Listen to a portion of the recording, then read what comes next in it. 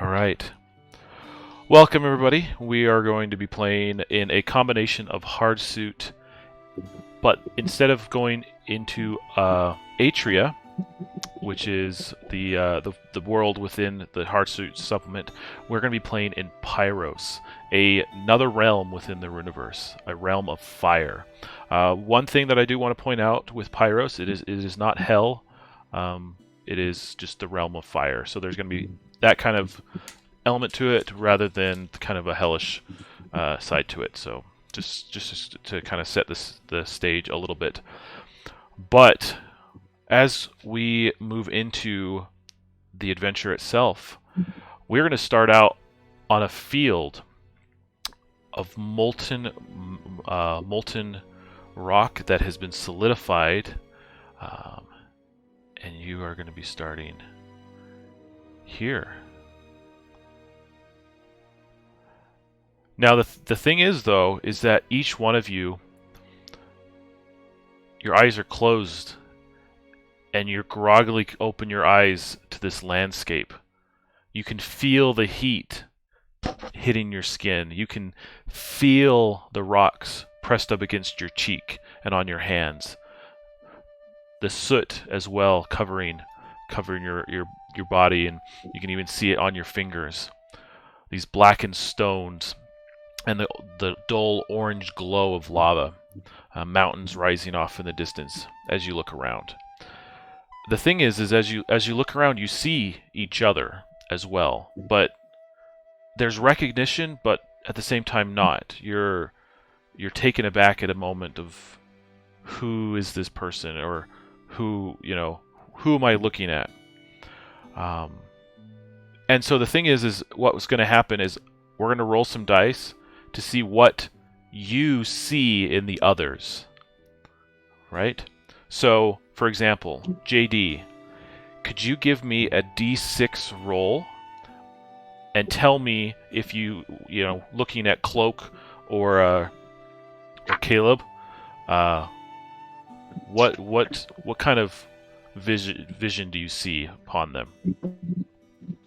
Yeah, so am I good to describe from using the Hardsuit book? So I have slightly. What do you look like? So I have slightly different ones. So just give me a D6 roll, and then tell me if you're describing Cloak or Caleb. I think that's going to be Caleb. Okay. So I'm going to drop in this description, and then I'm going to let you describe it. So this is Caleb. Okay, so I'm surprised, looking at this super harsh landscape as I'm taking in like jagged mountains and taking in the lava. I'm kind of choking myself as I kind of look up, and but probably the most surprising aspect is to see like what appears to be just a kid, and this young, youthful features, haircut in a fashion that a kid would find fashionable more than like a hardened warrior or an old licensed sage. And so it's quite surprising just seeing like the childish nature of this person. Nice. Excellent. So we have a youngster. Who knows exactly how old? It could be, just young, however you want to interpret that, but that's Caleb. Caleb, you as well. You're waking up. You see the other two looking at you, and you look back at them. Give me a D6 roll and decide if you're describing JD or Cloak. All right,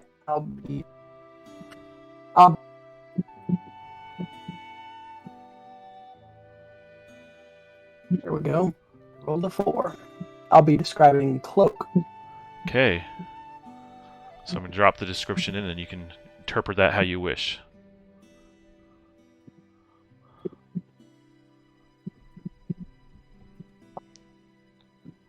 All right. I look up, and apart from the grunge under the fingernails and in the cracks of the face, I see like a person with an odd color skin and odd colored eyes, and can't quite put what's what's different, but it's clear that his skin tone is completely unlike mine or the other person with us. Definitely. Okay. Something odd, something otherworldly to Cloak. Alright, and finally, Cloak. You see the recognition as everyone looks back and forth to each other, just rising up from the stone. You're feeling the press of the sharp rocks into your skin. Give me a d6 roll and tell me what you see in JD.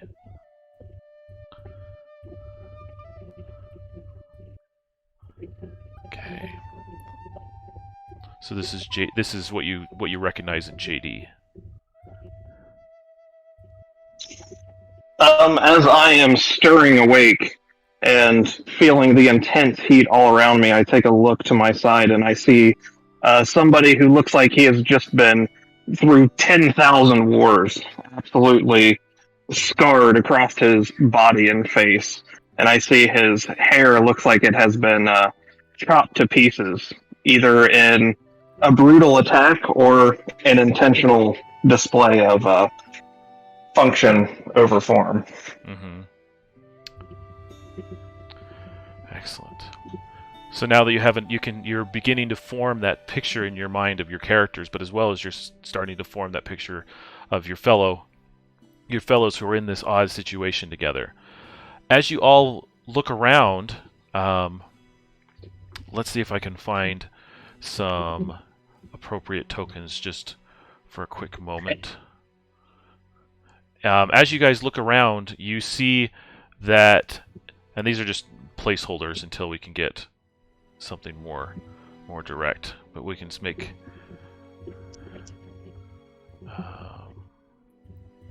okay.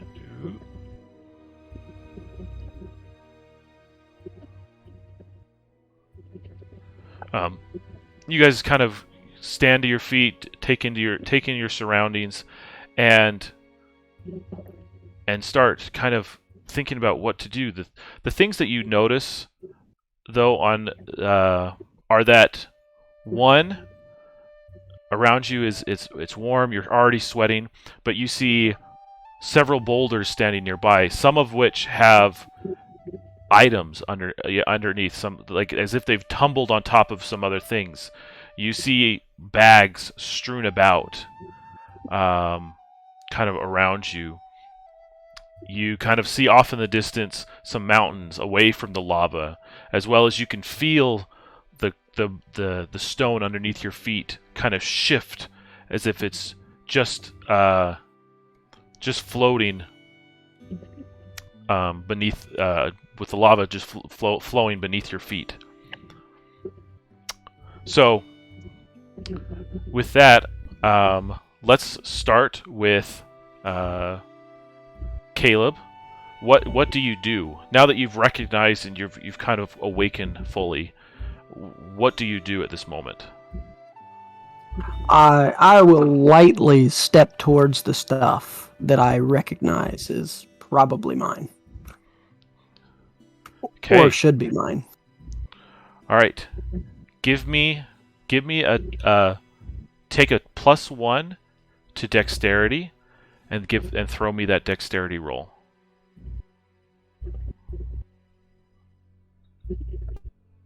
That's a 7. Okay.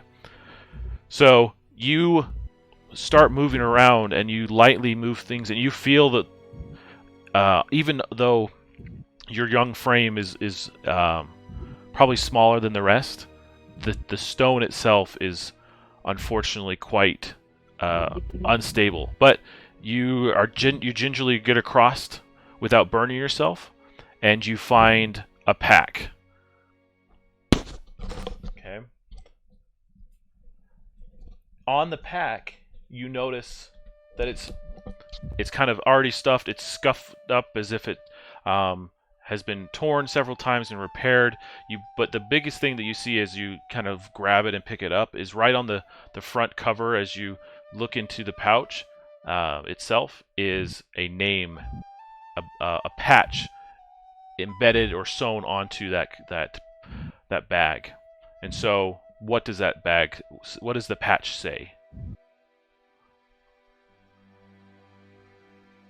Ah, you put me on the spot.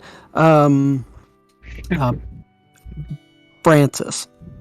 Okay, Francis. Something about that word stands out to you. It calls to you, and you feel undeniably drawn to this. All right, excellent. JD, Francis, or we're gonna say Francis. It has moved to his bag. What do you do?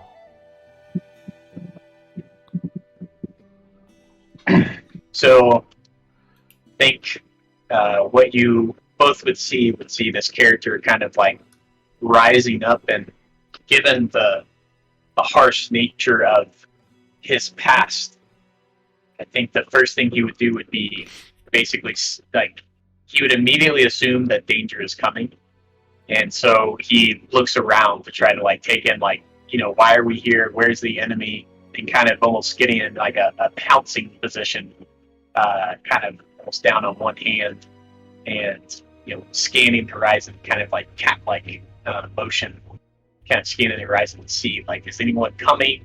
Is there anything else here? And for the moment, I'm not quite looking into the pack. And kind of after taking a look around to be sure that no one is, immediately going to stick a knife in his back, he steps over to the pack that he intuitively feels to be his. Okay. Take a +1 on your wisdom, and give me that wisdom check.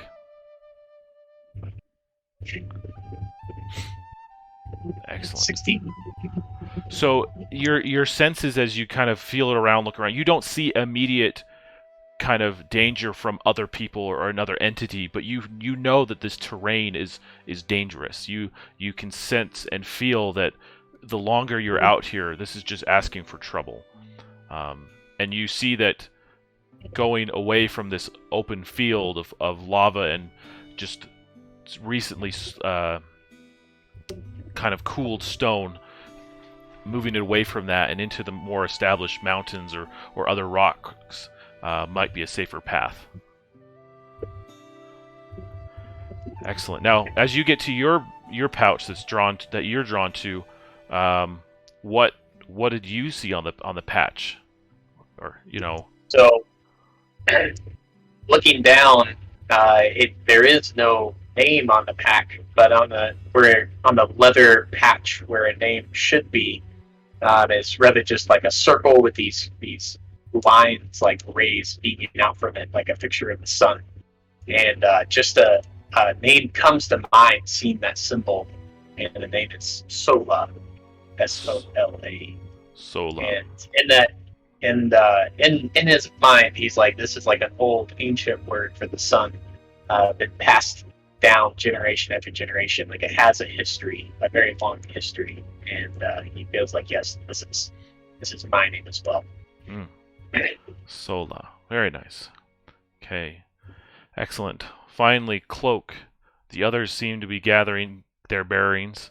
But how do you gather yours, and how do you go about this situation? Well, I stand up and I give my muscles a good run through, kind of like a startup on a machine.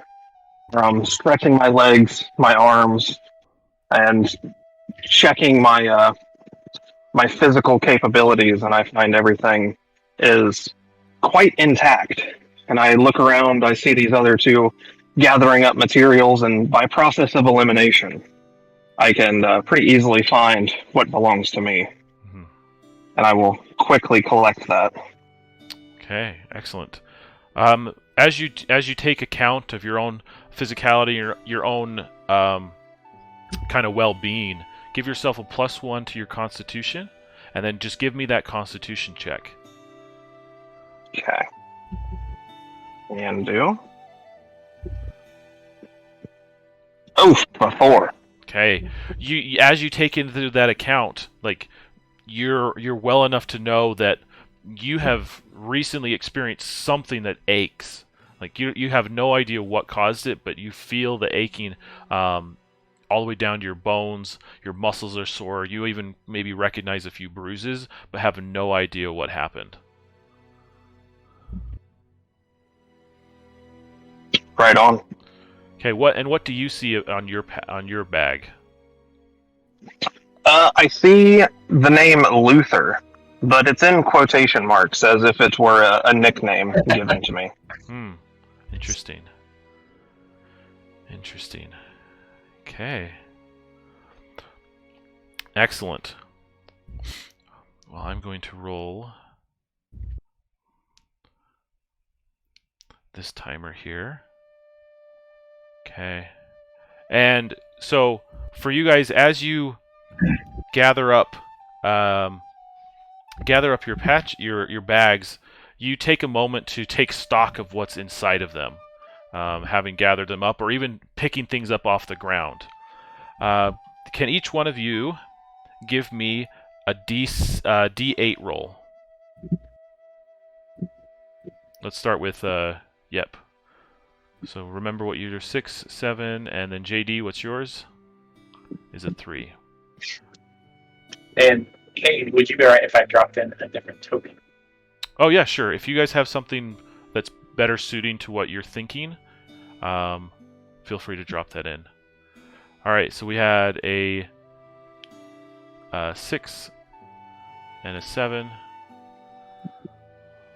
All right, so whoever rolled a 6.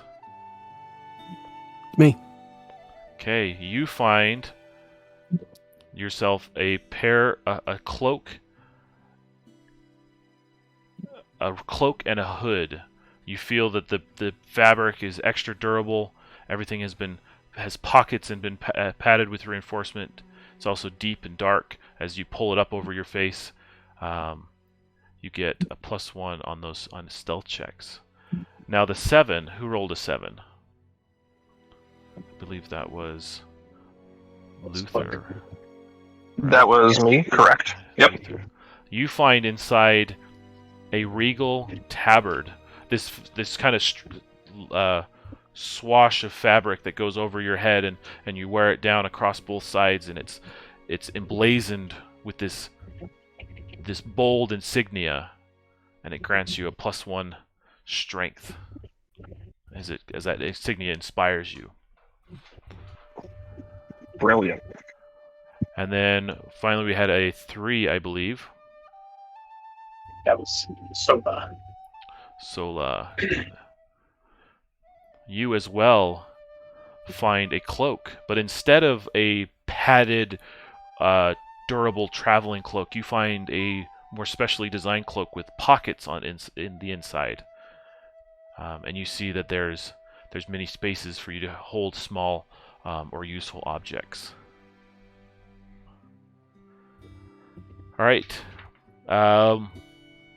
As well, let's give a. Let's just go. I'll go through each one for each person, for each of you. So next up, give me another D8 roll for each of you.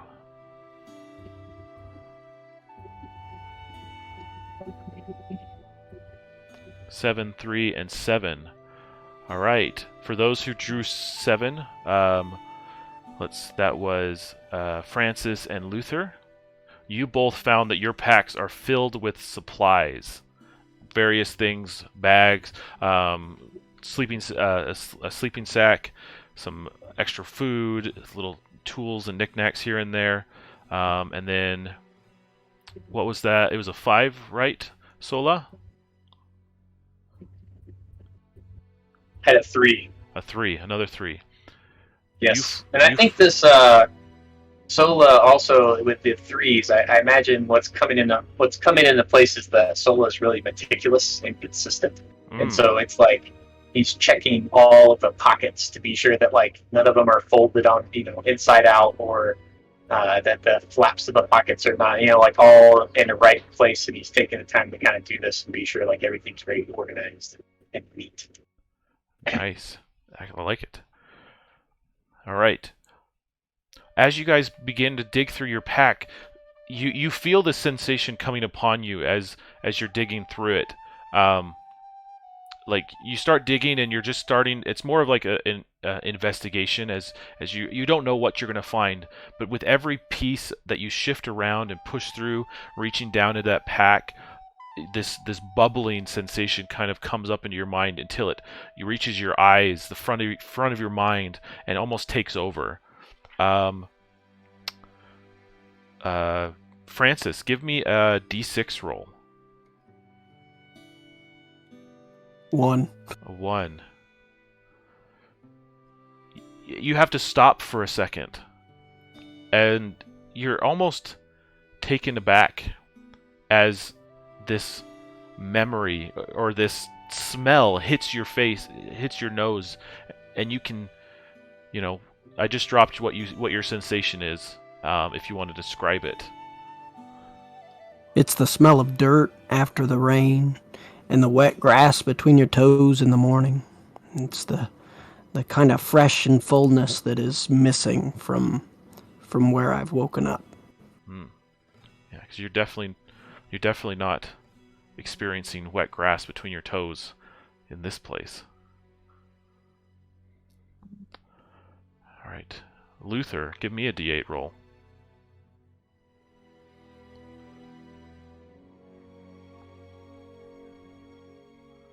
Okay, dropping in the sensation that comes to your mind, if you want to describe it.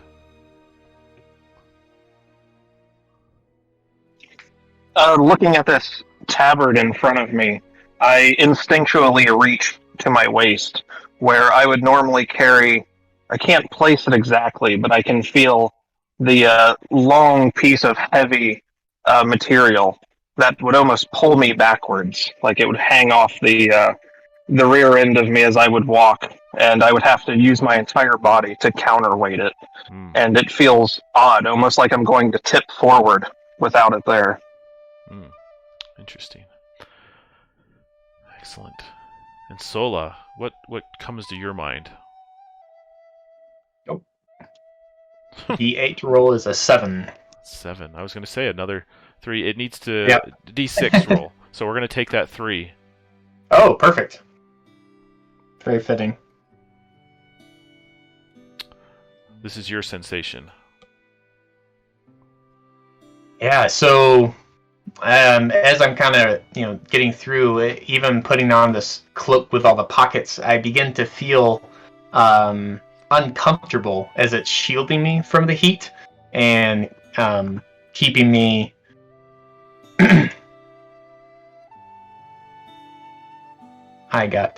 I lost connection, so I am going to.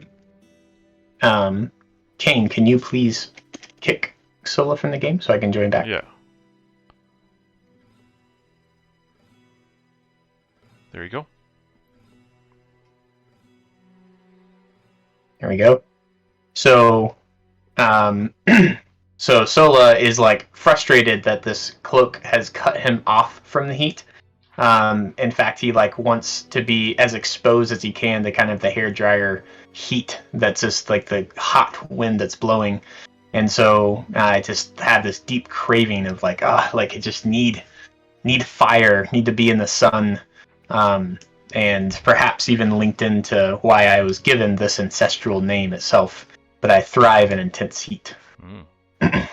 Yeah, you definitely sense you're the heat is there thanks to the lava and everything, but at the moment you're not seeing much of a sun. It's overcast and dark. The clouds and the smoke billow up above you. Excellent. Okay. I'm going to tick down the timer. You're going through this, and you can feel time passing. But again, you're still coming to grips with what's going on, and so although you feel time passing, you can't imagine what else would you be doing other than finding yourselves or coming to grips.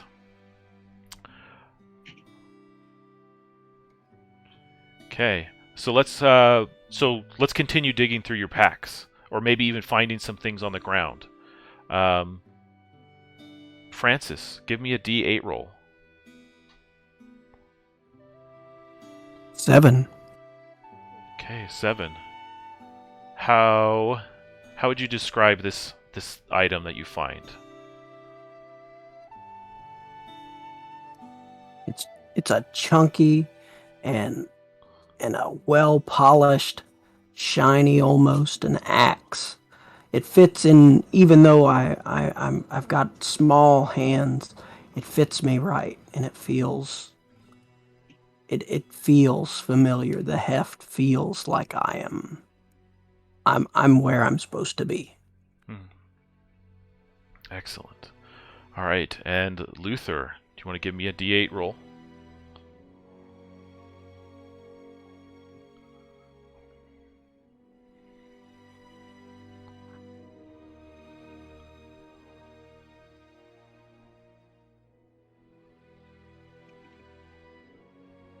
And this is all right. So I scoop up this odd-looking piece of. It doesn't look like anything to me at first. It looks like just a piece of cloth of scrap, and then I pick it up, and the long strings of the sling like kind of fall down just naturally, and I can feel the just like the muscle memory as it drops there, and I look in the little pouch and I see some metal spheres. I drop one into the sling and give it a good once around, and I can just feel like the velocity that I could put on this thing. Now I'm hankering for a fight. excellent. Coming to terms. Once I've grabbed the axe, I'm gonna start moving towards safer ground because it's feeling a little like tar under my feet. Excellent. Okay. All right. As Luther experiments with his sling and Francis begins moving, still digging through his pack. We still have Sola who's finalizing, his search. What do you find or pick up? An 8. You as well find a similar stretch of fabric and leather. What is it like for you? Yeah, I think that it's Sola takes it out, stretches it to its full length either way, inspects it, tries to see if there's any cracks in the leather, takes some of the natural oil from the forehead and rubs it into anything that might be showing any sign of wear or crack, and is just meticulously looking over the material, before finally, very, very much in muscle memory, wrapping it up in a very particular way and stashing it in his pocket. Excellent. All of a sudden, as you guys begin moving and finalizing your packs, you hear the ground shake. You feel it in your bones and in your feet. And this rumbling starts happening, and bubbles and fire begins to spit out from the ground itself as the ground cracks beneath you. This earthquake begins to churn.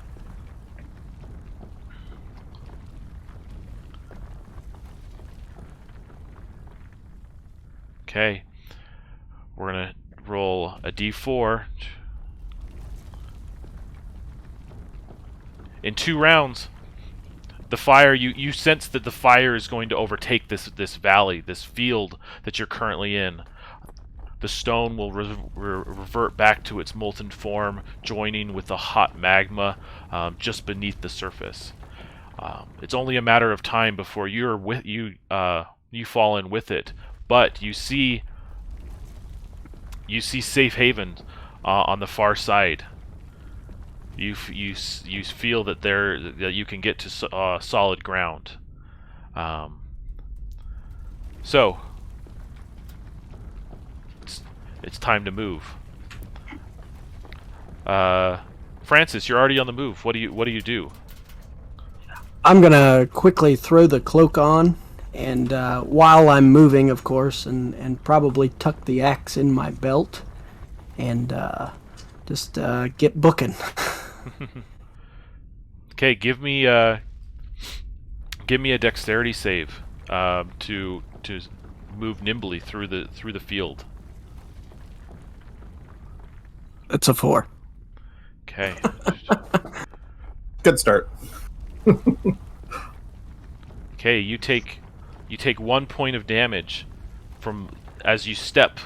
The stone kind of cracks beneath you, and little drops of magma kind of spit up and against your leg.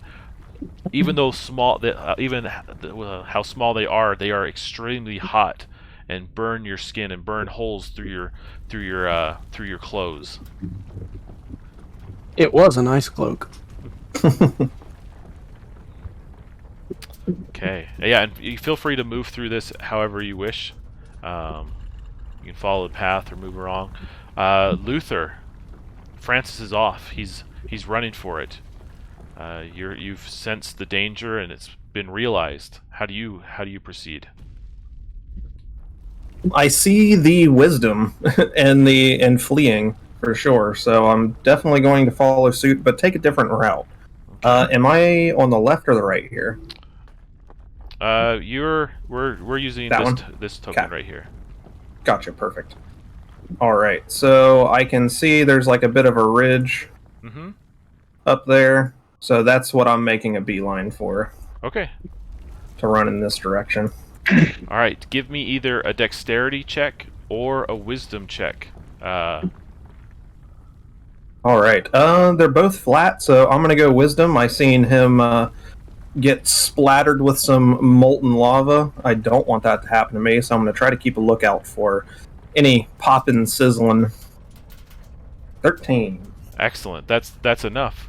So yep, you're able to kind of get a sense as you move around where cracks might form, the more sturdier places, away from any places that might spurt fire or spit lava up towards you, and so you're able to, make it about halfway. Awesome. Okay. Sola, having dug through your pack last, just finalize everything. Your friends or your compatriots are off. How do you proceed through this moment of elemental fury? So I think, in a very surprising note, Sola would actually pause, crouch down, and kind of put his hand to the ground in the heat, and try to read the lay of the land to discover, like, when he does move, what is going to be the very best path to take, and even to help direct his compatriots through the field as they take off. So he's just going to try to basically become in tune with this field of lava and see if his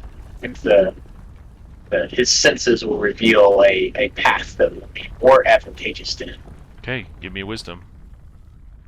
13. Very nice. Yes, you're able to sense it. Tell me what you feel would be the best route. So I think that as I'm pressing, Sola is pressing his hand against the ground. Each of his fingers has like a sensitivity, and right on his ring finger, he senses that it's cooler to the touch, and he can make out a bit of ground that's going to be more stable, and he can kind of chart that path directly ahead. And so what he does is he calls out to his compatriots, being like, "Here, the ground is more solid here," and he swiftly, kind of like almost like there's a tightrope, even though the ground is more solid than that. He follows a very narrow channel and moves his way further up, and calls out and says, "Yes, I can see it here. It proceeds forward as well. There's a path." Being stepped away for a second. It would be my turn, and I'm gonna kind of give you the what a weirdo eye, and then I'll probably look again at my cloak and go ahead and head your way. I'm just trying to fill up for him. Yeah.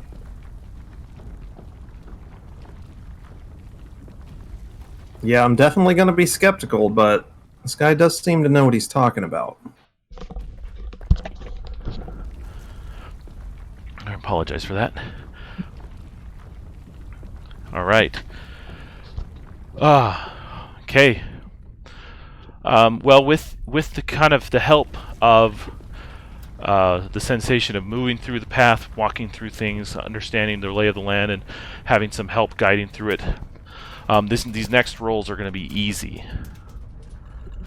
So, Francis, you see your friends moving off to the slight left. You've taken one route. You're feeling the burn on your flesh, but you kind of grit your teeth. Or how do you react to your next move as the lava continues to come up from behind you?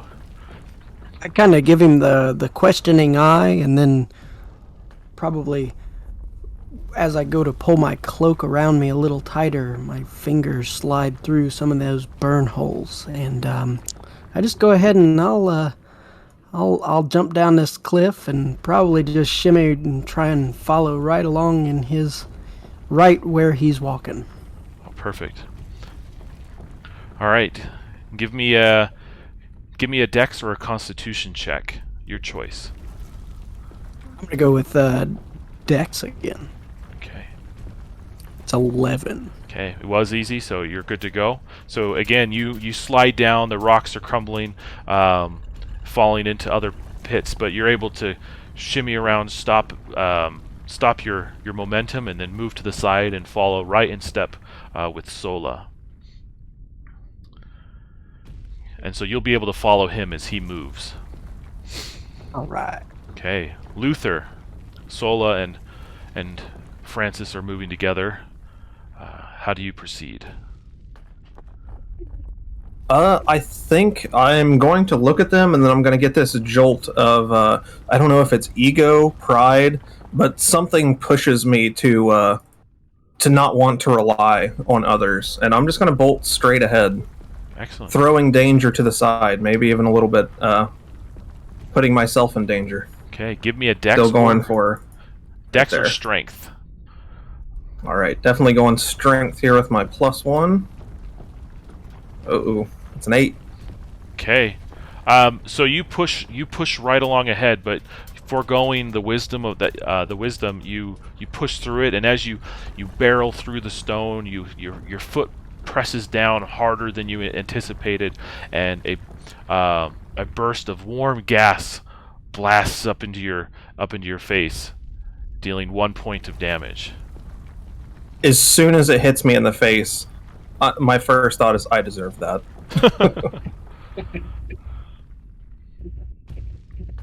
Excellent. Okay, and Sola, you see this happening to Luther. You see that steam. You hear it spray, and again the noise of this earthquake and the rumbling is almost deafening and all-encompassing. But your wits are still about you as your adrenaline kicks in.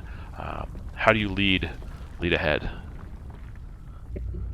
So I think as I continue to kind of stake the path forward, as we come along a larger cloud of this gas that struck Luther, what I'm going to do is I'm going to like hold the cloak up and shield my own face, but also try to create a shield for Francis to be able to pass by that cloud, and if it does again explode, then I'll be able to shield him from the gas. Very nice. Okay, give me either a charisma or a constitution check. I think this would be Constitution. You would rather take the hit than someone else. So here we go. Excellent. You do. You're able to kind of shield and provide cover from some falling rocks and from steam. Gives an opening for all three of you to push ahead. Okay. So with that, as you push through, and the stone behind you falls into the lava, you feel a sense of relief, because as you get to that get to that more solid ground, and you just look back and you see everything that you were, every sign of what, you know, of where you woke up, just gone. It's melded into the stone, into the magma itself, and all that's left is this orange glow and this immense heat. And all that's left is to continue on. But as you do, you begin walking, and it's not long before again something else presses into your mind as you begin trekking through the stony field. Give me, let's go with again Francis. Give me a D8, a D6 roll. Sorry, D6. That's a 1. As you settle into the march, just the gentle walk, getting further and further away from the field of lava, and just your mind starts wandering as you step from stone to stone, making sure to not step into anything glowing. This vision, this image comes to your mind. Oh, I remember the screams and the rivers of blood running through a town, a small town, and people I know and people I've met all around me being screaming out in pain as someone has mercilessly slaughtered them all. That's quite a vision. Well, again, this is, you're left to your thoughts as you work through this. Luther, what as your mind wanders, what does it wander upon? Give me a D6 roll.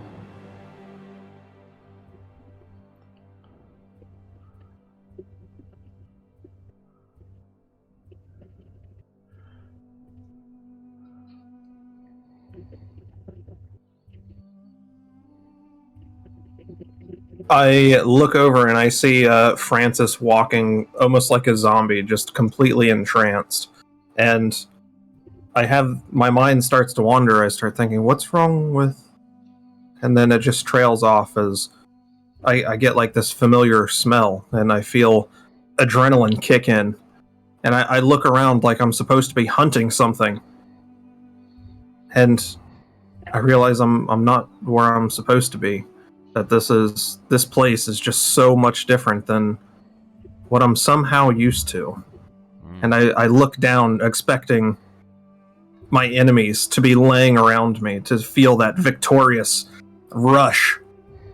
But no, nothing but molten rock, heat, and 2 strangers. This is an odd place to be, for sure. And finally, Sola.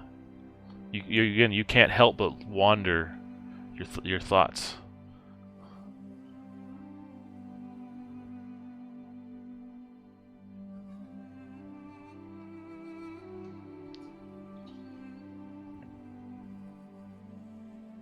I think Solo would look over and see the kind of like far away look in Francis's eyes, recognizing the very real response of like trauma, you know, as he's kind of having this flashback as well. And it triggers something deep in him, and I think without even being able to speak about it, they would be able to look at each other and realize like they're having recollections of the very same event, and the terrible violence that occurred, and seeing that same town, the same rivers of blood, and something has connected them with details that could only occur from the same event. Yes. Love it.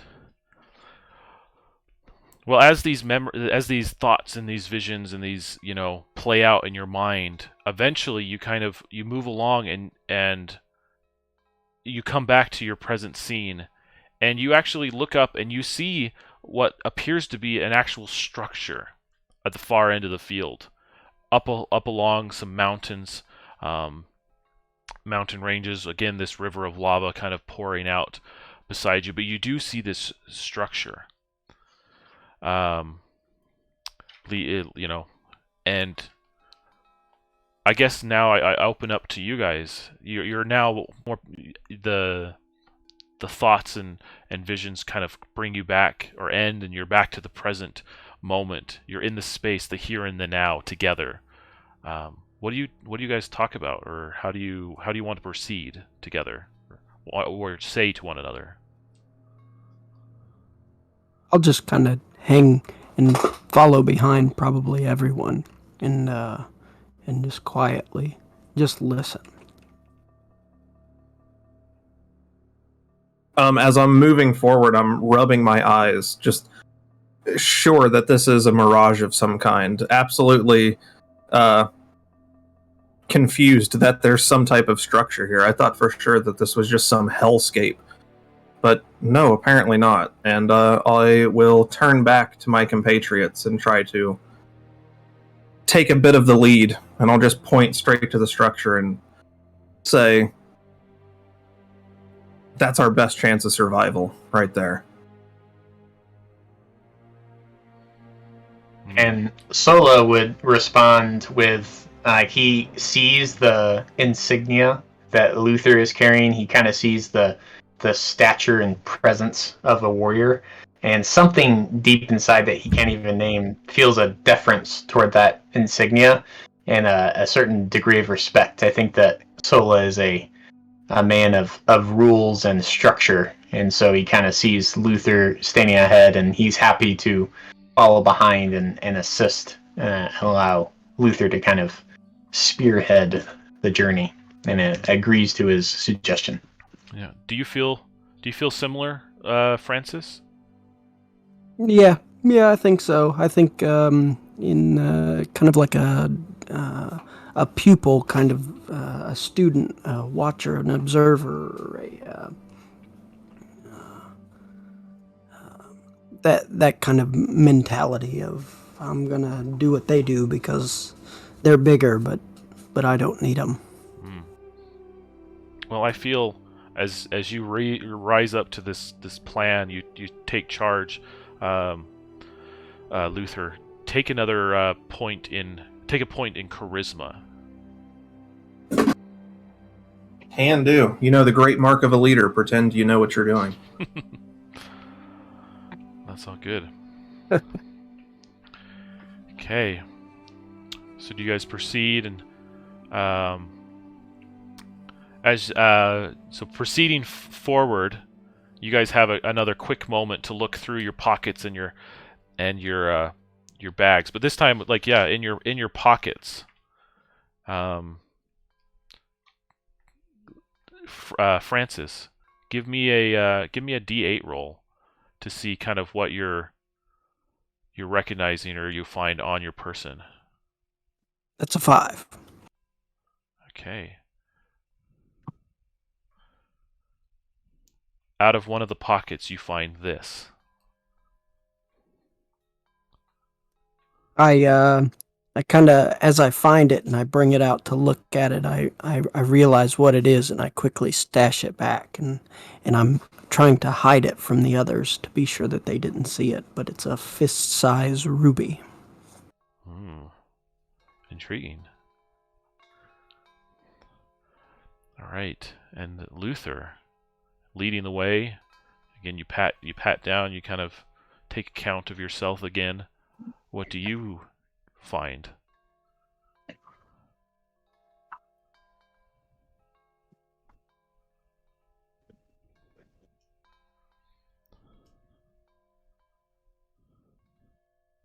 I pull out this big circular piece of metal that has a symbol on it, the same as the one that is on my tabard, and it has a war written on it that I have no recollection of, and some merits of things that I don't remember doing.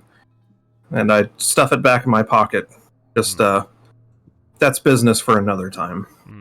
Do you recall what the name of the war is? It was called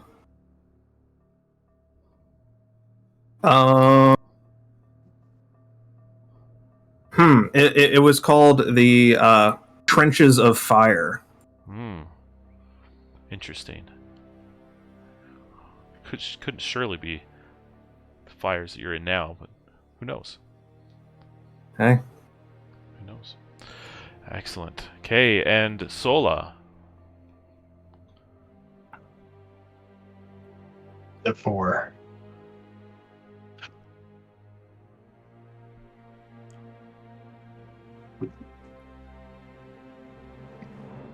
So, what Sola finds is a meticulously polished, well-kept, even in the soot and dirt of the realm he finds himself in, a very clean, well-kept brass compass.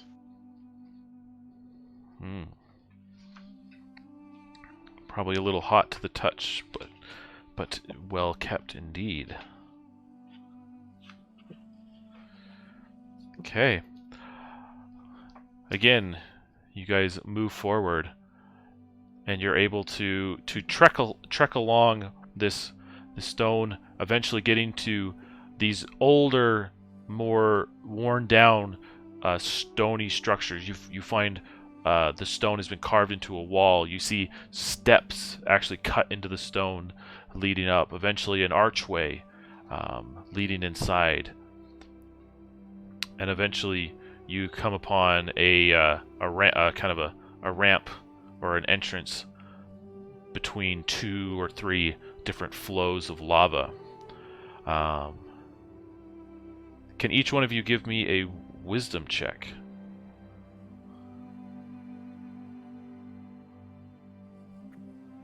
A 10. 15. All right.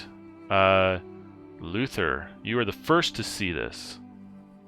As you're walking around and entering into this mysterious structure, you see a figure suddenly appear at the far end of the walkway, standing kind of above you. I'll throw my hand back to get the 2 behind me to stop, and then continue forward a few more paces and yell out to it to ask, "Where is this place? Who are you?" All it does is it stands there silently before raising its hand and beckons you forward before disappearing into the darkness. Do you still proceed? I give a slow turn around to my compatriots, kind of asking for their opinions on the matter.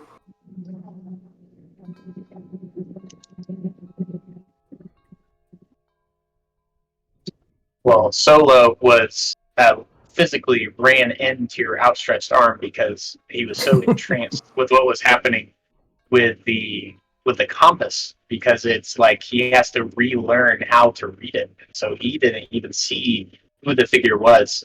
And as as you have a discussion and speak of it, it's like what choice do we have? If it says to come, we know nothing else. We're bound together thus far, and if we die here, we will not have lost much as far as the life goes. So I say onward. And I pull the axe from my belt and sling it over my shoulder and fall in line.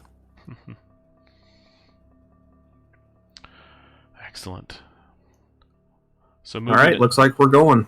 Moving ahead, you slowly proceed up the ramp and into another archway and another dark chasm. You enter into, the further you go, the darker it gets, but except for the light of the glowing magma around you. And as you do, you hear the rumbling, but you also hear the steps of your own feet and the steps of the mysterious figure moving ahead.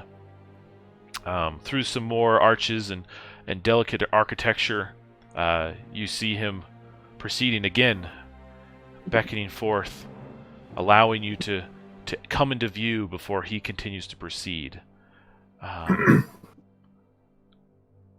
This figure is kind of tall and thin. He's wrapped from head to toe in fabric and cloth. His face is masked.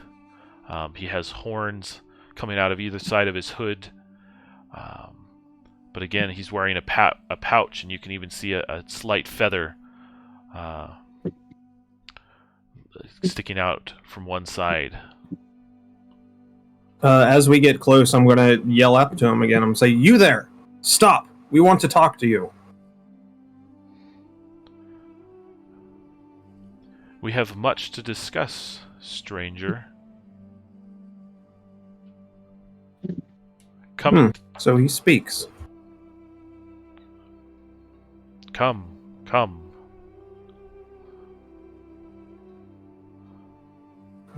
Grumble, grumble, trap. All right. Are you also, or Francis and Sola, you also feeling a trap? I think Sola, there's something in Sola that recognizes this figure, and he has no idea what the connection is, but this figure seems more familiar than alien to him, and so he can't help but trust. And Francis is wounded in the soul, so he trusts no one, hardly even the people with him. Interesting. So we have an inherently wary character, an inherently trusting character, an inherently distrusting character. An odd assortment indeed. Well, as you approach, he eventually does allow you to enter in to the inner sanctum of this structure. And it is a magnificent kind of field with a large pool of lava at its center and a massive flow of magma dipping down over the stones through additional rocks and into that large pool. But this figure stops looking over it. Additionally, you see metal pipes, metal structures, bolts and rivets, large beams and staircases and walkways and catwalks all around you, of an industrial appearance. As if this was a mixture of stone and metal all meeting together in this one room. He looks over. This figure looks over the lava and turns to you, and again asks you your names. Who are you, strangers in this land? Who are you? I guess since I'm up front, I'll step forward. Feels like I'm practically cooking in my skin out here. Just bullets of sweat all over, trying to ignore it. And I'll say, "I am called Luther. And who are you, friend?" My name is Mord, and this is my workshop, my factory. What brought you to the Badlands? Well, Mord, me and my companions here, and I'll sweep a hand out behind me to make sure he sees all three of us, awoke in this, and I gesture around, unique landscape with nary a memory between us. And I'll nod to the other two to see if they want to elaborate on anything that's happened thus far.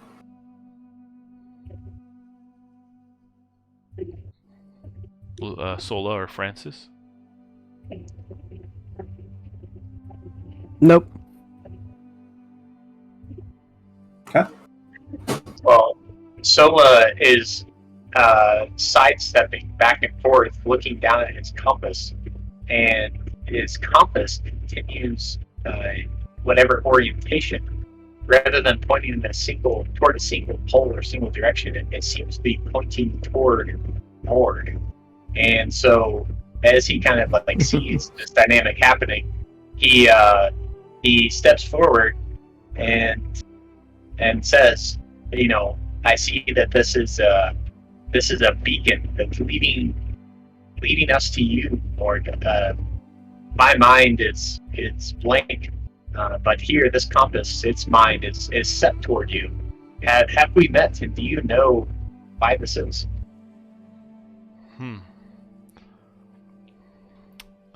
That's...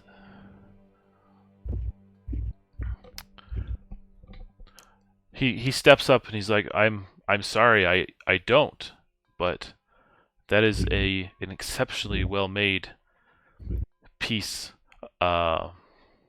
May I hold it for a moment? And I hand it to him deferentially.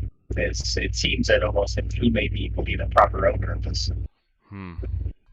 He takes it into his hand gingerly, and he pulls out a small magnifying glass up to one eye, and he looks at it and studies it for a moment. He says, "Ah, yes. I understand. Interesting. Francis, when he pulls on his magnifying glass and starts inspecting it, kind of lets his guard down and is doing that curious kid thing, looking around the adult and kind of eyeing what's going on. Yeah, and he eventually stops studying it and mumbling to himself, and he hands it back to you and says, "It is a wonderful piece, wherever you got it from. I am not familiar with its make and its purpose, but I can see that it's drawn to magnetic fields, and I can see that it's manufactured to grant direction, correct?" Yes, indeed, in that direction seems to be. Interesting. I'd have to study it further, but no, I am not familiar with you. I've never seen you or your kind before. What? I don't, he's genuinely like, bepuzzled at your appearance. Very different to his own. So he kind of, Solo bows his head and kind of deferentially, takes back the compass and says, "Yes, the answer shall surely come another time. Thank you." He stows it away in his pocket. Yes. But again, I guess I still... You say no memories? You have no recollection of what brought you here?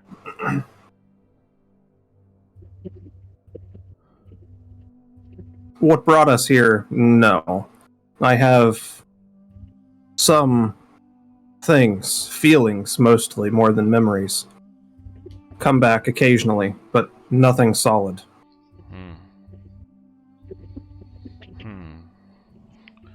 Curiouser and curiouser. And again, the Badlands and even Pyros themselves do strange things in these strange times.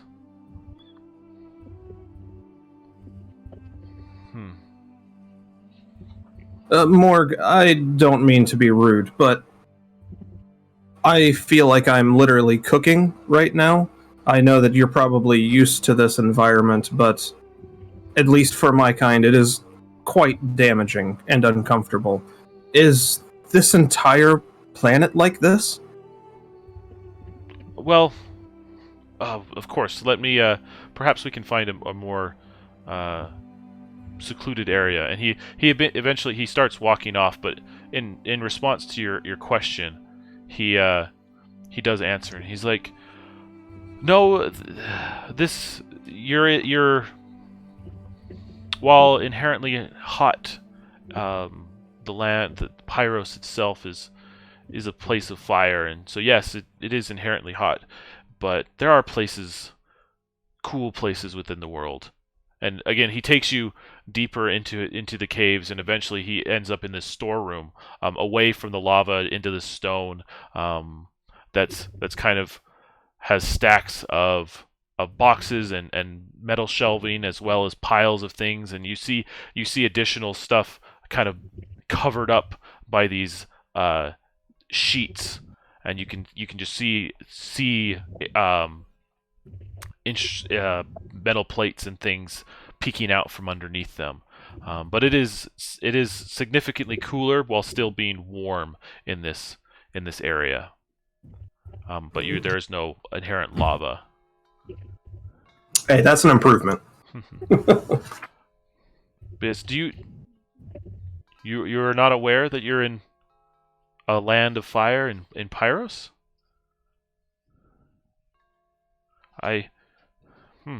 That's again interesting.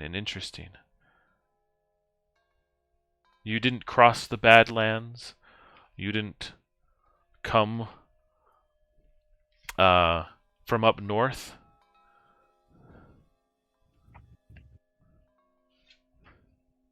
I'll turn and look at my companions and say, unless one of these two has any idea how we got here, then no, it is a complete mystery.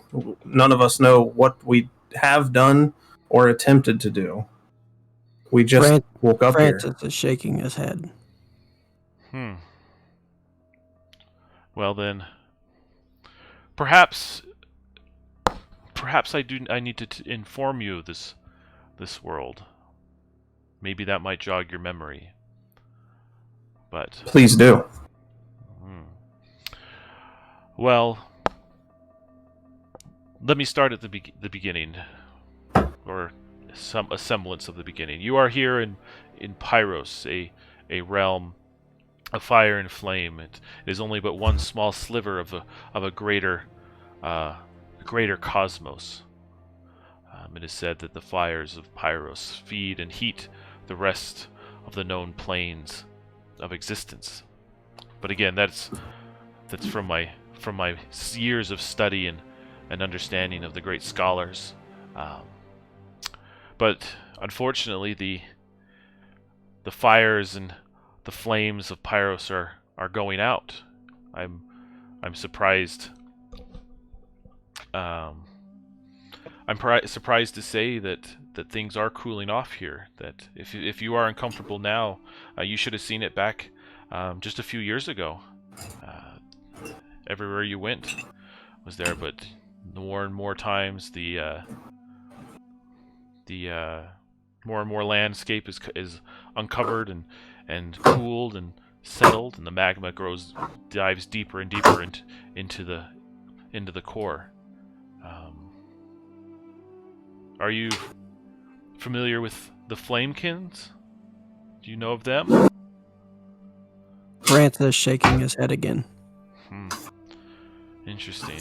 Their kingdom is up north at the Obsidian Spire. They, I thought for sure maybe you've been associated with them. They are growing more desperate with every passing day, trying to discover what's going on and addressing the living dust that's spreading throughout the landscape. But I think that at the mention of the Flamekin, Solo would recognize it and be brought back to like these frescoes and murals on walls of these creatures of flame, and kind of his comfortableness with heat and the craving for the sun. I think in his past, whatever people he came from, they would, I think worship is a strong word, but there's a reverence for Flamekin and a connection to them somewhere, somehow. And he's immediately intrigued and, kind of perks up at the sound of them. Like, they're here? We can see them? Oh yes, their kingdom is up to the north, like I said, along the Obsidian Spires.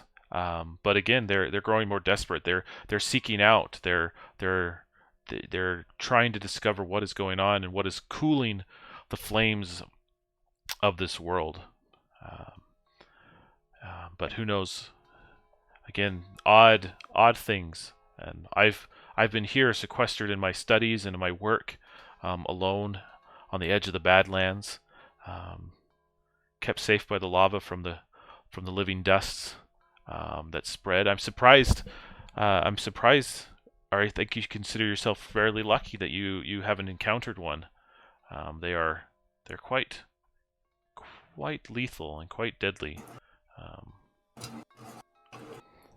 Yeah, I have a very opposite reaction when I hear Flamekin. Luther has this image of some untamed elemental force causing destruction. Like here on Pyros, of course they're at home, but you take them and you place them in any civilized place, and they wreak havoc. So I'm immediately defensive upon that revelation. And then once he mentions how lethal they are, that's just reinforcing that thought. It's an interesting take for sure, my friend. Do you consider fire inherently hostile? I think for a second, trying not to overcomplicate it with philosophy, and just say that fire is the definition of destruction. It turns things to ash, irreparable. But clearly you have not seen that fire also provides life. The grounds that are burned are often more fertile than they were before, taking what was and turning into what could be. But again, I am, before I get too deep into the philosophies, I've not had many to talk to. Most avoid my home here. In this short conversation, I'm half-heartedly listening, but I'm eyeballing for goodies. Okay. Do you want to give me a wisdom or a dex check? I'll do dex. That's 15. All right. So as you kind of look around, you find I guess wisdom makes more sense. I'm not taking anything. I'm just looking what's good. So it's a 14. You're good. Yep. You find a give me a D12 roll.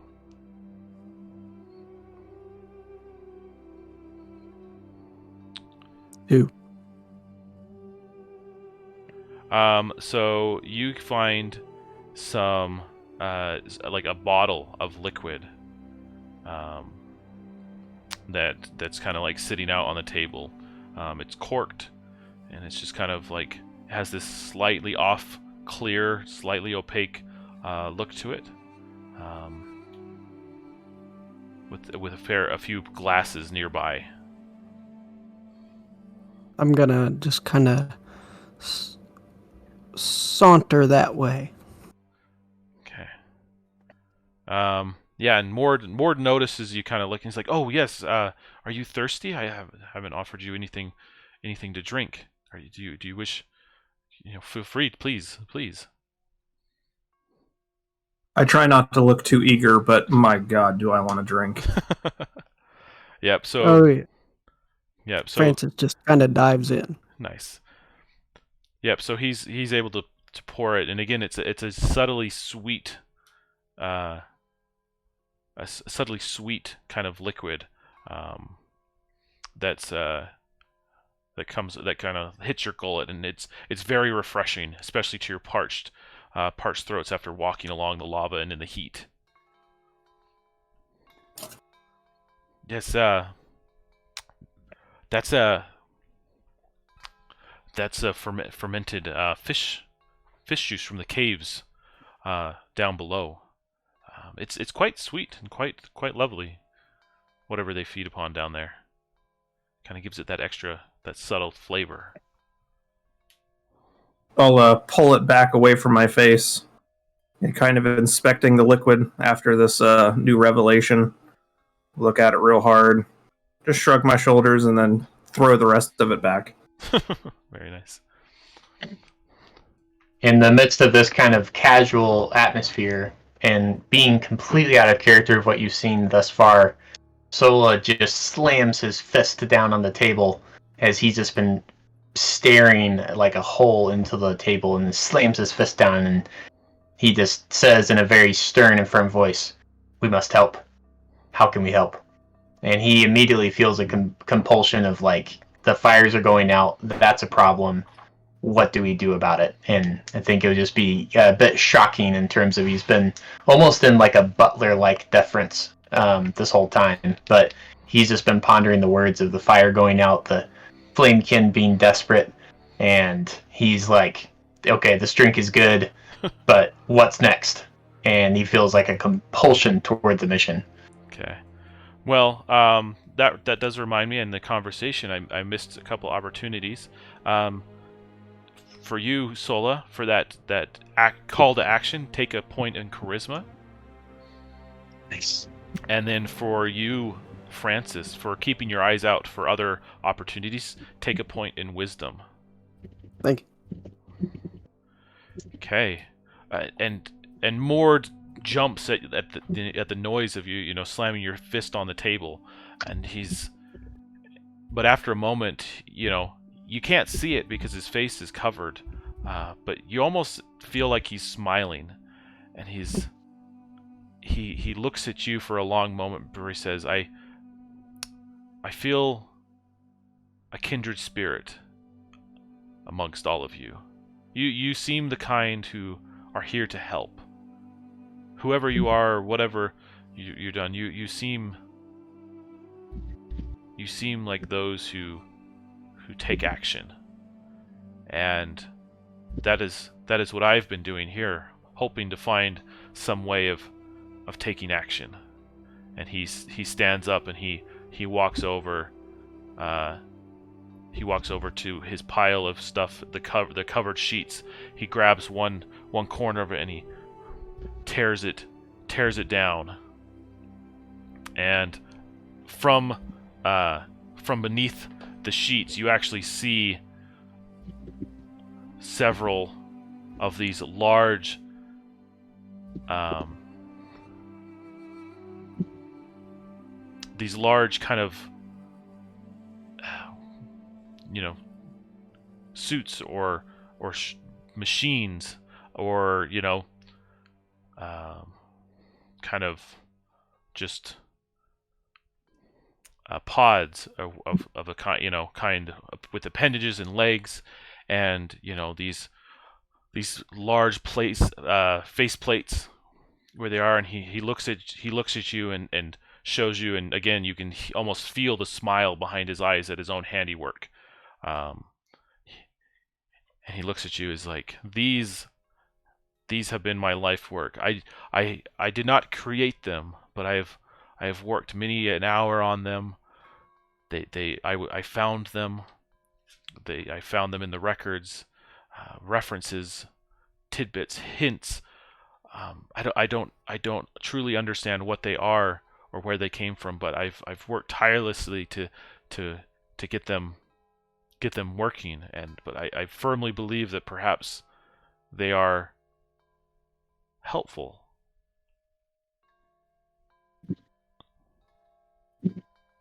And this would be the first time anybody's heard anything out of Francis, and it's just a... Yeah. Yeah, I'd like to set my drink down on the table, slowly stand up, just in awe of these monstrosities, and try to walk closer to get a good look. Good 360. Yes, please look. Something tells me that these were meant for you, that my work has been in preparation for you.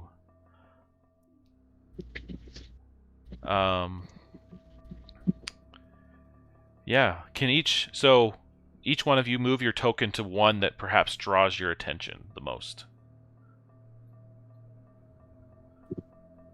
Oh, there's 4. I was too zoomed in. I only seen 2. It's like, all right, we're gonna have to fight everyone. All right. Mm. Mm. Mm. I think this one. And you, Sola? Sola kind of, takes in the sights. He closes his eyes and he takes a deep breath, and he pulls out his compass once again. And the pointer hand of the compass shifts from Mord as he stands between the two, and the compass points to the first line, a direct beacon. And Sola takes this. He's almost growing superstitious that this compass points to the next step in his journey each time, and he like kind of bows his head a little bit, closes the compass, and steps onto the first in the suit. Excellent. Well, let's describe what you find, and you can take note of this, of these suits. So let's start with Francis. Give me a D8 roll. A 5. So the descriptive, as you look at it, the words sleek and compact. It's smaller than the other ones. It appears to be a little bit more flexible, less rigid. Like the metal plating or the plating between them seems to be more slimmed and trimmed together rather than hard joints. Almost as you run your finger across it, your fingers are reminiscent of almost like a fabric. I'm looking for like door handles, anything like that. Mm-hmm. Yeah, and Mord kind of like walks up to you, and he kind of like passes his hand over a single point, and it begins to kind of like a line forms through the fabric without tearing, and all of a sudden it just kind of like peels back, and you can see that there's an entire interior as well. Luther, give me a D8 roll.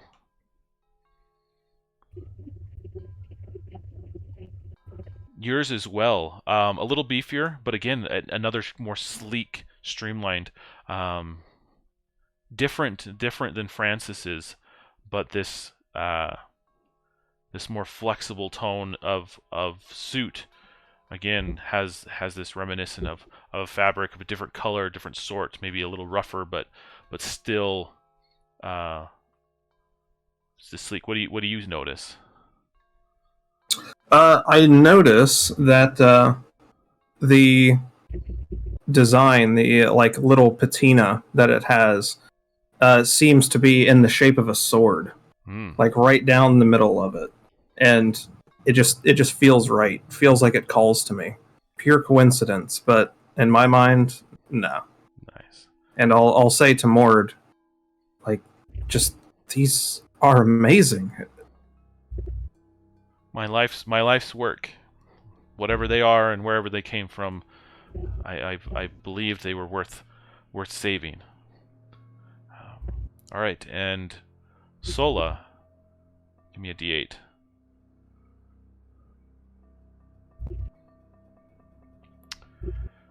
So yours is very different than the others.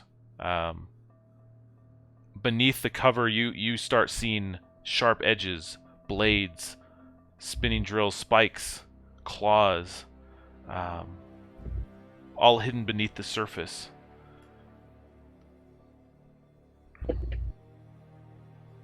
And Solo would see all this and gain a recollection of his home, and just this, it's like a weeping willow tree, kind of blowing in the wind.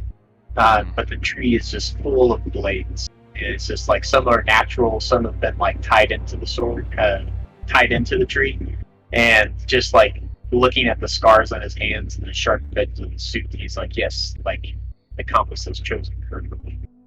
Very nice. Okay. Mord continues to walk past you. Again, you feel his excitement. His energy is radiating as he's finally. He's almost. It's culminating. His the work is done. He feels the fulfillment, like he's doing something right. That all his work is paid off. He walks to each of you and starts talking about these suits. And so, give me let's do another D8 roll for each of you. So starting with Francis. 6. All right. So he describes yours as, something that's kind of like a higher grade. He was able to see that the material inside of it was refined over and over and over again. It has two properties that he starts talking about. He's able to study that this was designed to resist like large falls, like being dropped. You can see on the legs that it's these actuators are able to resist these large falls, as well as he kind of all of a sudden like runs his hand along the back, and the fabric starts to shimmer just slightly, and it's almost hard to focus on. Like you almost feel like you want to turn away. Like these suits have what is it? Halo and decoy when you look at the book. But yeah, hard to see the ruse, see through it. And I'll drop these in a second. But then give me a D20 roll.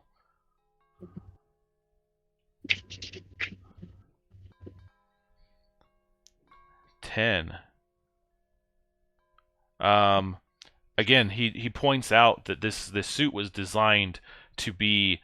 It was distracting. It was supposed to be hidden, as well as if it's meant to be the last. It's been protected, and so as others draw the attention of it, this is able to stand back and be the last target.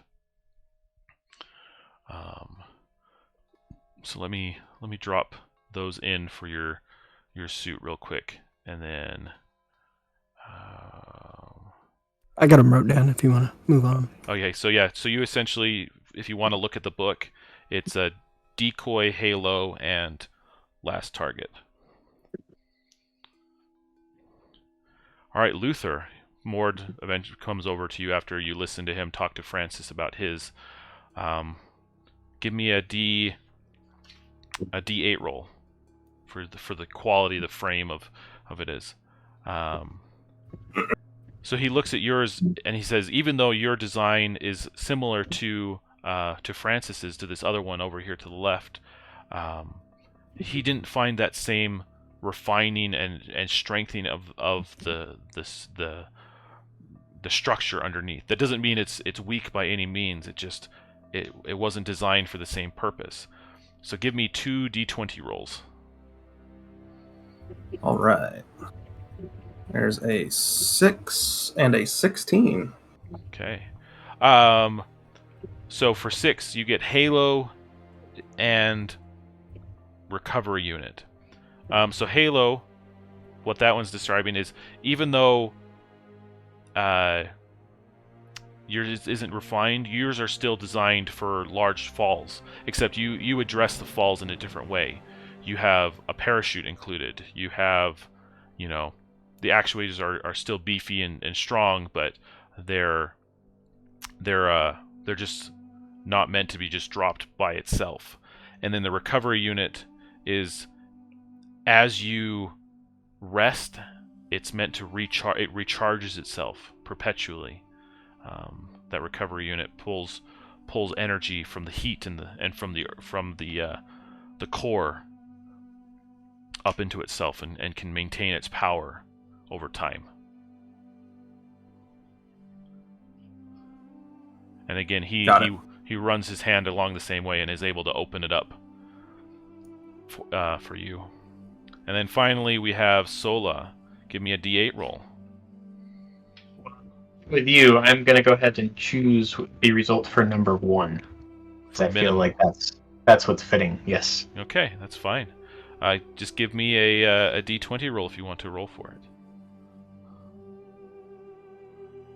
And with that, just the kind of what's coming to mind as who Sola is and the suit and kind of what's drawn him, I'm going to go ahead and choose the minor characteristic.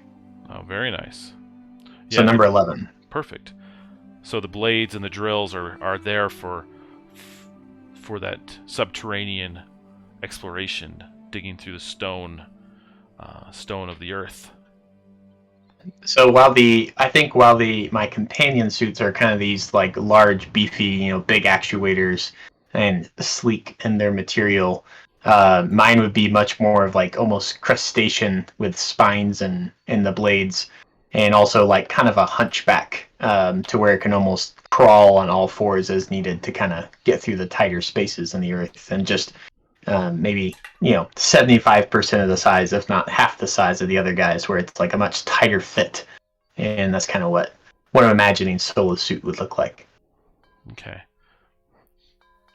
Perfect. So as Mord is talking to you,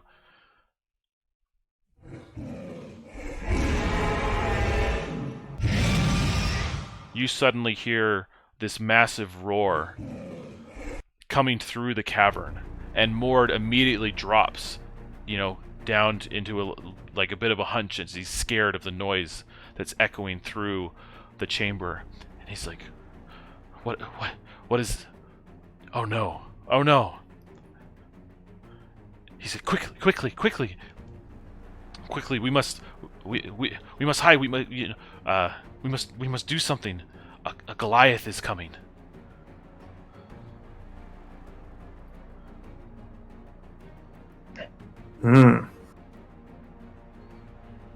What can be sensed? Give me a wisdom roll. 13. So, two things. One, you sense Mord's immediate fear of this thing, as well as you sense an immediate danger. You hear the crumbling of rocks. You hear the roar again, and you feel kind of this dread approaching. And it's getting louder and louder. It's almost upon you already. Not being one that instinctually wants to run from a fight, I'm gonna put my hand on the giant suit in front of me and turn to Mord and say, "How fast can you teach us to pilot these things?" He looks at you and he's like, "Well, fast. It has to be fast enough. We don't have time to run or hide. You must defend yourselves." As that conversation is happening, Sola has already disappeared inside of his suit, and the suit is beginning to rise. Perfect. Okay. Really quickly, Mord kind of stands back, and he starts just yelling out kind of different things, a little bit about it, talking about your thing, whatever. But again, he can't describe exactly what you're seeing. It's almost just an intuitive nature of reaching for something, grabbing, experimenting, whatever. And so each one of you kind of comes to terms with what piloting, quote unquote, your suit is like. But what he can tell you are the different parts that you discover as he kind of describes it. So let's go through each one. Francis, give me 4 d8 rolls. As he climbs in, if I could take a little bit of a liberty, the chamber fills with some kind of liquid, and at first it's a panicking feeling, and then he notices that he can breathe. Oh, perfect. That's awesome. Okay, so yeah, give me 4 d8 rolls. So 6, 2, 2, 2. 6, 2, 2, 2. Perfect. Your legs have jets, move twice per turn. Okay, I'm adjusting some of this for Pyros versus what's in the book. So move twice per turn. Gotcha. Okay, then 2, the Cutter Claw. You can cut through almost any material with ultimate. The left arm is also another Cutter Claw, so your arms are made for cutting. And you have a multi-tool buried in the chest of your hard suit. Roll power to repair 1d4 hits on suit parts, and that could be yours or others. Okay. All right, and then so let me drop those just for reference. So 6222.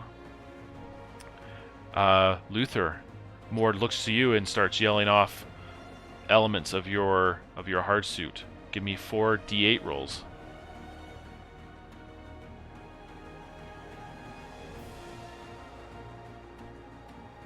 Seven, 2, 3, 4. Okay. So on your legs you have tread skates. You are a very fast and evasive suit. You have a +3 to your defense. 2, you also have a Cutter Claw, which allows you to deal ultimate. You have on your other arm a grapple gun. Roll power to fire an anchor of 100 foot of cable. And in your chest, you have pauldron plates. This suit also grants you +4 defense. Nice. Beefy. Beefy, yes. And then finally, for you, Sola, give me 4 d8 rolls.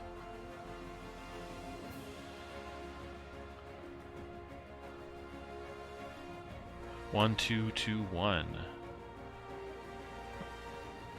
1. You have anchor boots. Allows you to bolt grip the surface. It gives you +3 when you stand firm and hold fast. You have Cutter Claws on both arms. And you have armor plates on your center to protect you against falling stones. You can expend 10% of your power to ignore when hit. You got it. For the purposes of scene variety within this one shot, can I re-roll my arms? Sure, go for it. Since we already got some cutters going. Yeah, that's fine. So this is for the arms. Module bolt. And the shell pistol. Conventional firearm does not consume power. So roll twice, 1 through 7. Roll again for that 8. Yeah, it's more and more arms. All right, so you have both on your right arm. You have both a grapple gun and a missile box. Yes. Okay. All right. Mord all of a sudden looks around with fear as again that mighty roar echoes through the chamber, and you guys begin to move out into the main chamber itself. Oh, wait, not that one. This one. And Mord stays back.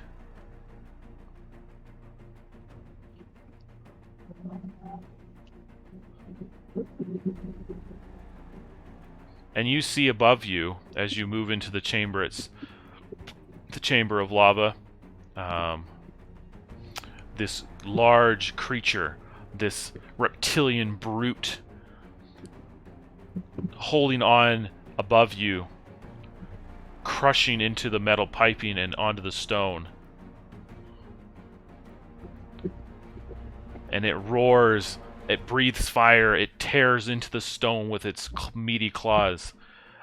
Give me a d20 roll for initiative.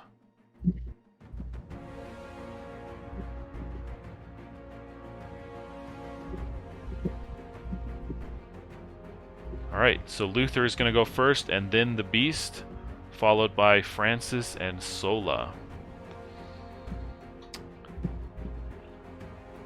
Okay, so All right. just as a reminder for how hard suits work. Your intelligence, your wisdom, and your charisma all come from your player, from your character. But then physical feats are like strength and dex. You have to roll a D100, 2 D10s, and roll under your current power. Everybody has a power of 100%.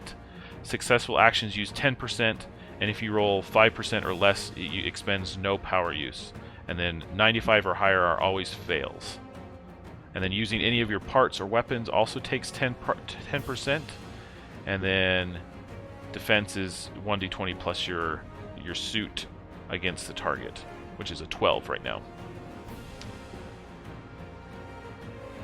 Okay, we'll walk through that if there's any questions, but feeling good. So there's not a D100, so are we calling the first D10 roll the ones column? So if you double tap on the D10, you'll roll a D100. Oh, okay, thank you. Yep, there you go. All right.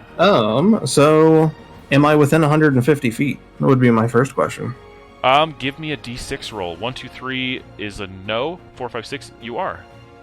Okay. Yes, you are.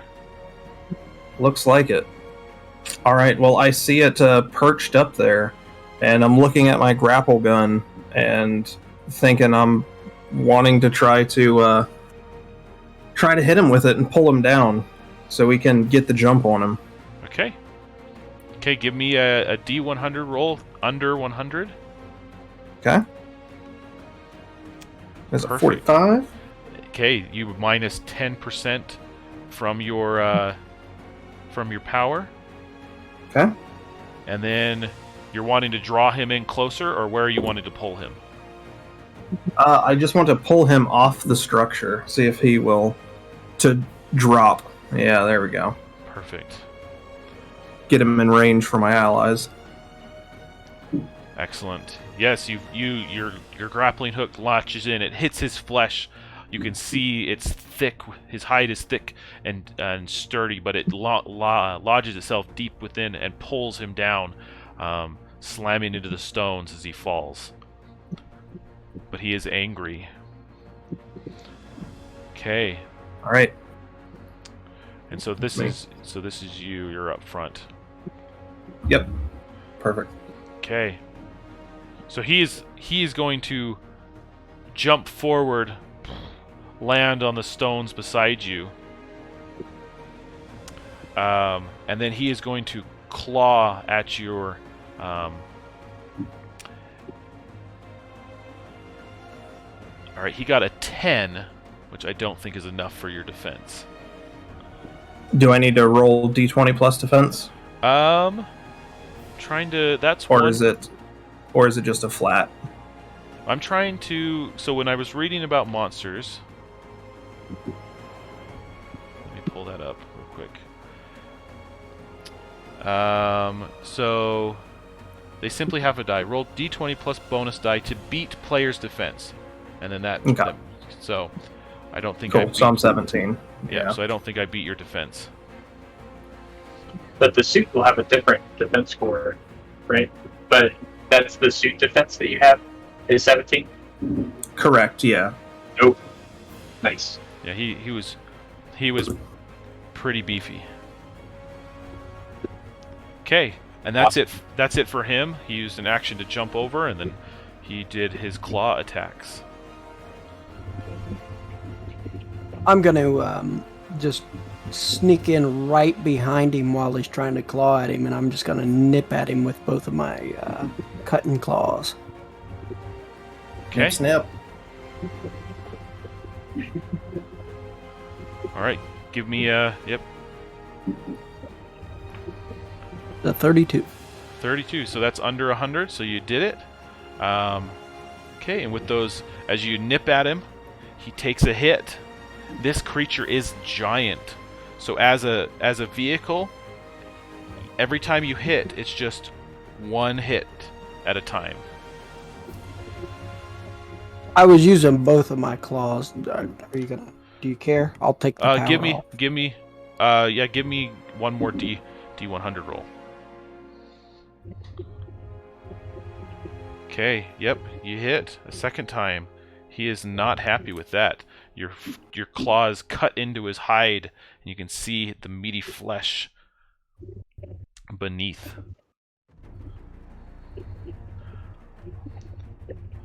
All right, that's going to bring us to Sola. Okay, so Sola, seeing these guys with the cutter arms and grappling and everything you guys have going, he just wants to basically just form an anchor and make this thing just a straight punching bag for the others. And so what I'm going to do, what my plan is I want to use the grapple gun to grapple the creature. So here's that. Whoops. And then, but I'm going to get kind of, it's going to shift here. I'm going to get this thing like right in my face and kind of split the difference between my my teammates. And then what you see is this compact suit almost produces like kind of like these spider-like legs that claw to the ground, and then the armor plates kind of shift forward, and it just forms like this little crab, like turtle-like appearance that all you can. It's like just the grapple hand that's grappling, and then he just sinks into his spot and holds fast, and basically just want to make it just a cinch to destroy this guy. Hopefully my armor can just take the hits as needed. Nice. Okay. Excellent. Well done. Okay. So yeah, he's not going anywhere this next turn. He is going to attempt to push away. He's not happy about it. So one of his actions is he's going to try to push away, and he's going to try to beat your strength. Okay. Sola. Yeah, this is interesting. So it's usually power for strength, but I get +3 to strength. So all right, that's a good question. So he got a 19. Okay.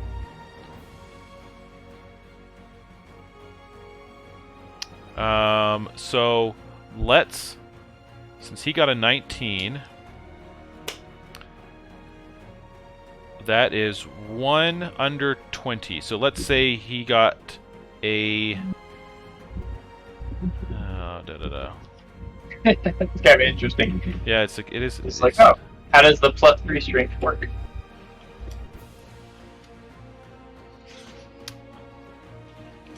I'm trying to find that ruling. There it is. Okay, so physical feats.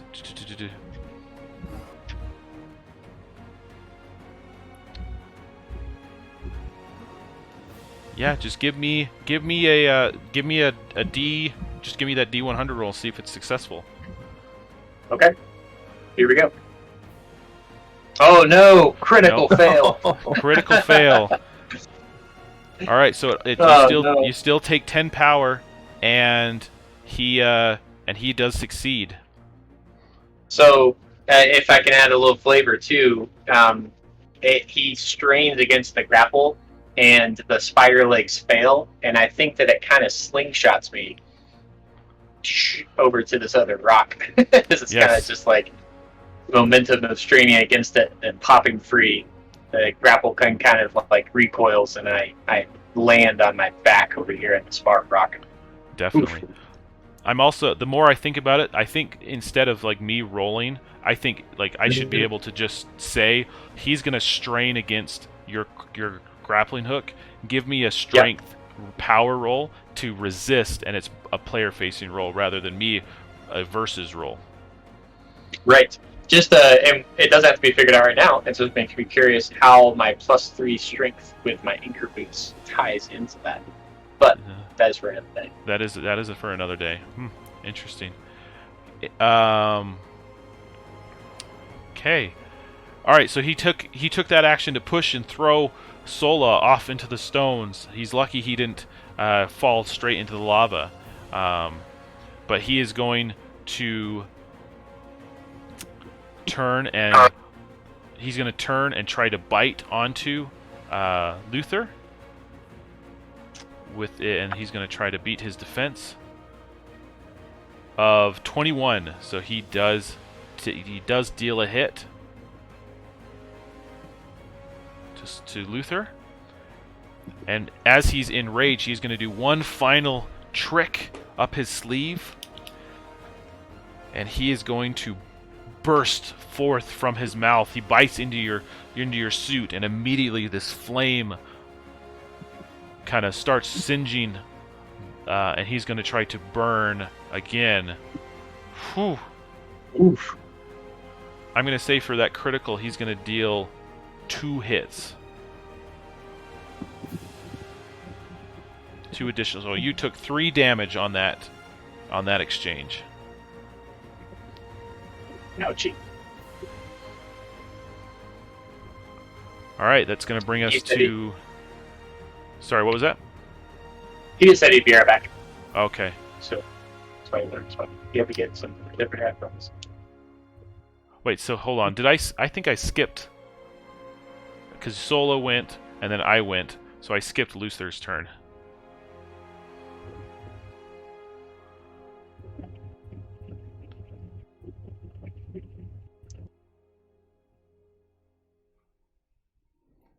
So we're gonna go back once Luther gets back.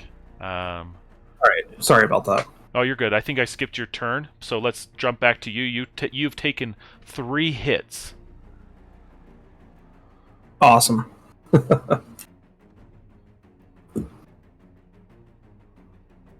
And it's my turn? It is your turn. Alright. So my treads are just going to kick into full speed. I'm going to be tearing up the rock underneath me as I just throw myself directly towards it with my cutter claws, just trying to grab any bits of flesh I can get a hold of. Okay. Give me that power. 71. I believe that is underneath. Okay. Yep, I'm at 90, so that drops me to 80. All right, and then give me a power roll for your cutter claws. Okay. Does this one also need to be under 80? No. So it needs to be under 70 now. Okay. Okay, and that's another 10 off. But you've dealt a hit. You can see the scars, the cuts matching up with the scars he's already had. This Goliath has seen battle. Maybe never with a hard suit, but you're just giving him more scars to contend with. They may be his last. I'm just battle rage screaming inside my suit. Nice. All right. I took my turn ahead of Luther's. I apologize, so we're going to jump straight to Francis. I'm going to take a minute and I'm going to look for any tendons, any ligaments, anything kind of clearly straining and popping out that I can just take a precise little snip out of. Okay. Give me a wisdom check. 9. No, not quite. Not in this moment. But if you tried it again, it would be easy on your next turn. And if you did, I would allow 2 hits. I'll do that. Yeah. So you're gonna hold off? Yep. Okay. All right. Sola, flown off. There's no clear path between you. You're gonna have to either jump or wade through the flow of lava to get back to the fight. Yeah. So what Sola does is try to take his strike from a distance. So again, kind of anchoring into the ground, you see more of the armor plates shift along his right shoulder, and these 3 like javelin-like darts fly out, seemingly at first in a completely opposite direction, as I am launching my missile box. So here's the power for aiming it. Okay. Success. Very nice. So down to 70, and this is using the power to like launch them. So now I'm at 70. Come on. Oh yes, just made close. it. Yes. So 3 missiles, as they kind of fall out of the right shoulder, you see these little jets of flame kick out from them, and 3 javelin missiles fire at the creature, and 3 missiles hit. And I know that he only takes a hit per, but this is the damage that they deal. Yep. Since he's giant, he does only take 1 hit, but he is enraged at this point. You can see that he is angry, but he is hurting. Luther.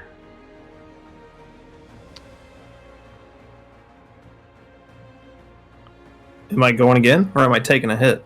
No, it's your turn. It goes Sola, then you. Okay. Trying to get back on the initiative order. No, that is fine. You know, I like being his primary point of attention, so guess it's gonna get kind of dicey here. Getting low powered, but hey, it's either that or be food. So, all right, going with Cutter Claw again. Snip, snip. I am at 70% power right now. Very nice. Okay, so that's good. Nice. So that drops me to 60, and do I need to roll again? No, you're good. Okay. No, you've activated the power and you've hit. This one, you get right in his chest. You cut through, and he's down. He is dying, but in his final breath, he is going to try to just take you with him into this lava pit. So he's going to attempt it first. So he's going to give me. Because I'm watching him close, could I attempt to intervene and cut him in the back of the leg quickly? Sure. Give me one, real quick. Nope. Okay. So as he does, just give me a strength or a dex check, power check to resist his rush, Luther.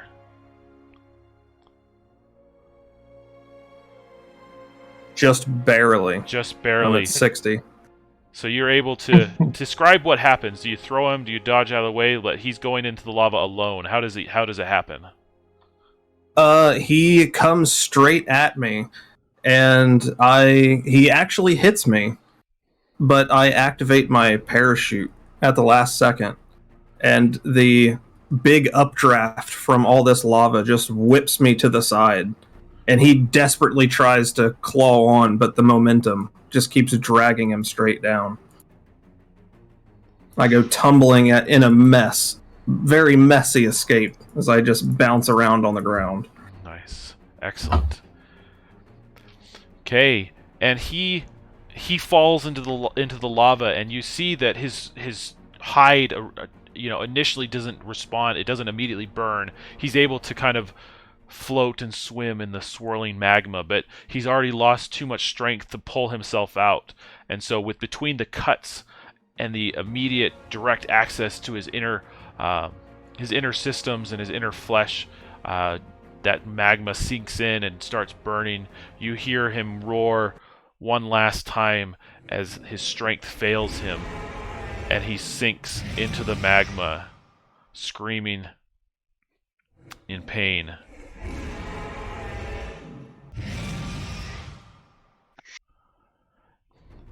But then all goes silent. Get close to the edge of the pool and just throw my arms up, screaming in victory. that primal feeling. I'm like, oh, it's back. Nice.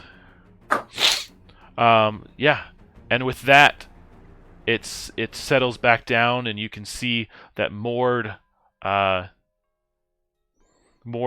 of steps out, looking at you, ensuring, is everybody okay?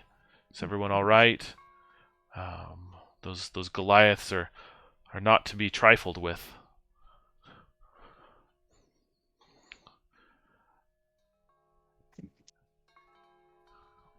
Francis tries to say something, but the liquid of the cabin, he remembers he can't really talk through it.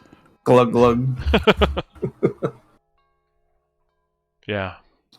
Can I communicate through this thing? So it doesn't. It's kind of muffled, but you can eventually like Mord comes up and like opens it for you, and so that like it opens itself back up. It shimmers, the casing opens, and you're able to kind of have a direct communication with him from inside your suit. Sure. I'm like a giddy child. I'm like, Mort, these things are amazing. Did you see?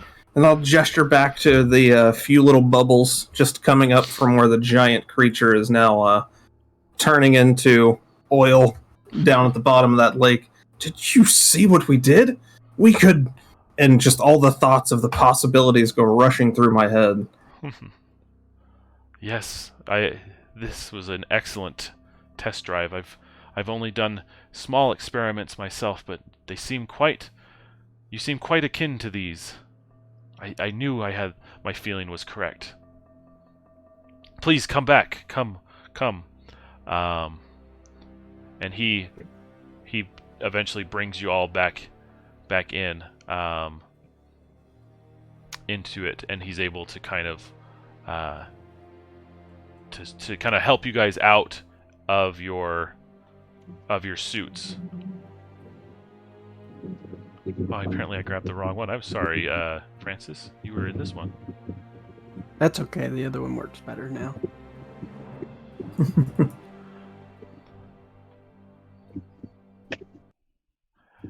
So he looks at you and he says, I know that they were damaged, but I can repair them. I can repair them for you. But I still think there are many questions to be had. Why are you here, and how can we get you back to where you belong, or how can you help, as your friend pointed out? There's something going on with this world, and this just confirms to me that you are here for a purpose. Do you not agree? Slow nod. Yep, nodding.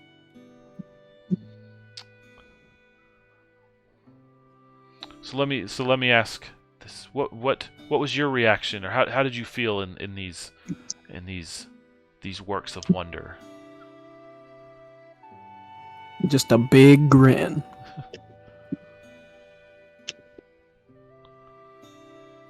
Solo looks almost a little bit embarrassed, and he's like, "I do apologize for the excessive display," and it's like revolving. He's almost a little like sheepish to the fact that he like launched this out of this thing. It's quite all right. You did what had to be done.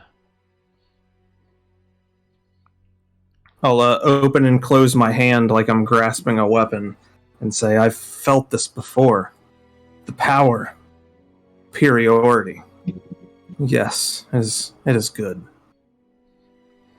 Well, that is good. I do hope that these can be of help, and we can uncover many truths of what's going on, but I will need time to repair these. So perhaps it may be worthwhile for you to rest here for a while. You may take some supplies and then be off to explore while I repair these suits, and you may return and retrieve them for whatever need you discover. Are we in agreement? Can we work together? I suppose we could make an arrangement. And there's just a grin. Solo looks down at the compass, and the air. It seems to just be slowly spinning in the direction that it's facing. Like it's not sure what's next, and no longer pointing directly toward the suit. It says, "Yes, I think there's more to discover." Yeah. So as kind of the day dies down and you're able to get fed and supplied, Mord eventually takes you out onto this rocky outcropping at night. to look out over the landscape together. And in just the silent kind of solidarity, you look at, you know, the moon in the sky, the stone peaks, the lava glowing up from the ground, competing with the light of the moon. And you just kind of, you know, just absorb and gaze upon the vast landscape of this unknown world. Looking forward to what's next and what answers can be found.